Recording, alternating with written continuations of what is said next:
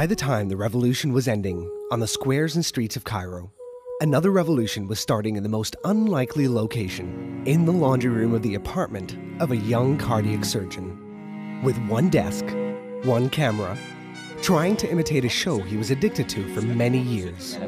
Yes, this young doctor thought that just by commenting on videos, using fast editing, sound effects, over-the-shoulder photos, and even on-location reports, that he could make a political satire show. We made it to TV, and we made a lot of noise as we were at it. أهلا بكم. وأنا كل شوية بهدد المجلس الأولمبي اللي عندنا. أنا جاي أغير كل حاجة في مجال الرياضة عندنا. And after just one season, we were one of the most watched shows in Egypt. We were still the most watched on YouTube. Our channel reached more than 200 million hits. After just the second episode, we became the most watched program in the Arab world. Every week, an estimated 30 million people tune in. Egyptians have never seen anything like this before. Bassem saved his best material for former President Mohammed Morsi. Look at what Morsi wore when he received an honorary doctorate in Pakistan. Now look at how Bassem portrayed it on the air. Bassem was accused of damaging Egypt-Pakistan relations. Egyptians across the country laughed themselves silly, but Morsi was not amused by the hat joke. A warrant was issued for Bassem's arrest. He was formally accused of insulting the president and insulting Islam.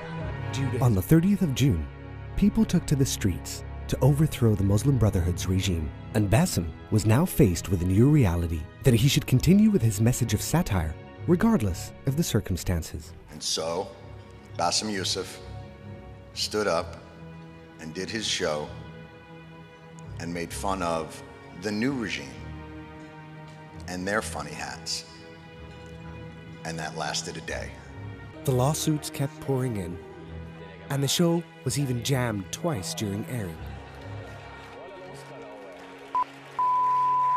Eventually, insurmountable pressures on the channel and the team forced the show to be finally banned. واحنا بنعتبر ان وقف البرنامج في حد ذاته رساله اقوى واوضح واعلى بكتير جدا من استمراره ومن اي حاجه كانت هتتقال في البرنامج. من الاخر الرساله وصلت.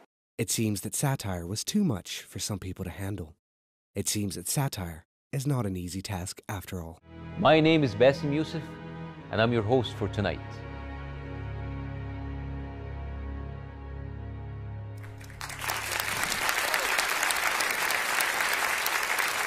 Thank you. Thank you.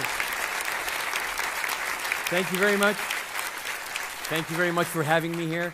As most of you know, that my show was banned a few months ago, so I have no idea why would you listen to an unemployed bum like me, but thank you very much for pretending to listen. But hey, we're here, right? I mean, the flights were free, the hotel was included, why the hell not, right? So being on the show was such a tough ride. We had to work under constant threats of legal prosecution, continuous incitements of hate by pro-authority media, and we even had to work while mobs gathered outside the theater threatening the safety of our crew. And yet, we had the biggest audience in the Middle East. We were always accused of something. The religious media accused us of being against religion, against the country, and against the people. The ultra-nationalistic media that followed accused us of working against the army, against the country, and against the same people. Both kinds of media played the fear card to scare the people, but the people didn't care and continued to watch until eventually we were forced to shut down. Looking back on these days, I wonder what made a comedy show so uncomfortable for authority and its loyal media. Why would sarcasm rattle them so much, and why would people trust a comedy show more than a serious political show? It is simply because media has failed to do its job.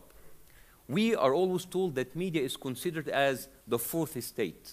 It should be independent, and it should hold authority accountable. It should demand transparency, and it should breathe down the ruler's neck for the sake of the people.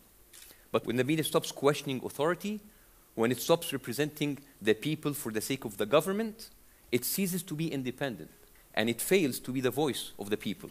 It is not a fourth estate anymore. It is simply called propaganda. Propaganda does not work for the people. Propaganda is only directed to an audience of one, the emperor.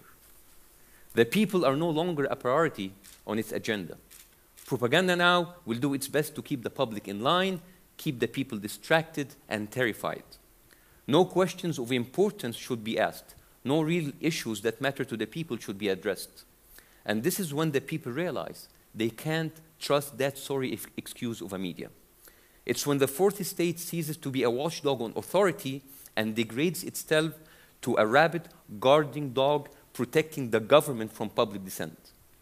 Propaganda tries to create a parallel reality, a reality where everything is fine and where the emperor is never wrong and is even celebrated by the whole universe. But many people can see through the nonsense, and they can see that the emperor is wearing no clothes. This is where satire flourishes. Satire is a ridiculous form of dissent that faces a ridiculous form of propaganda. Propaganda mouthpieces don't like satire because, being silly themselves, they hate the competition. In a society infested by propaganda, satire is the only thing that makes sense. It's because laughter is a powerful weapon against fear, and propaganda feeds on fear.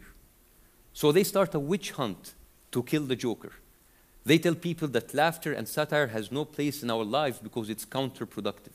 So now a joke becomes a dangerous plot, and satirists are attacked and degraded and called derogatory names like jesters or clowns. They think that this is the way to overcome satire, and they think that they have fulfilled their job towards their master. All hail the emperor and down, down with the cloud. That's what you will hear the media say. But what they don't know, that it doesn't matter. It doesn't matter how much noise they make or how much fear they instigate.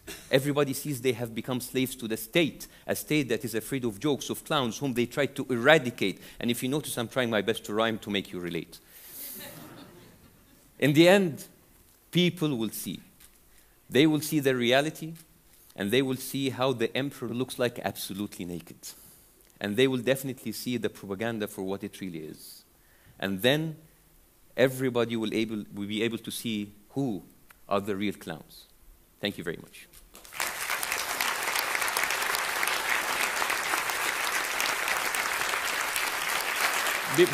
Before I leave the stage, I would like to say that, like, whatever happened to me, I just had a show that was canceled.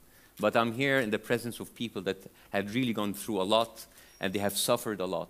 And they actually had real ordeals and very, very, very horrible atrocities. And I'm humbled, and I'm very, very, very honored to be sharing the same platform they are. They are the real heroes. Thank you very much.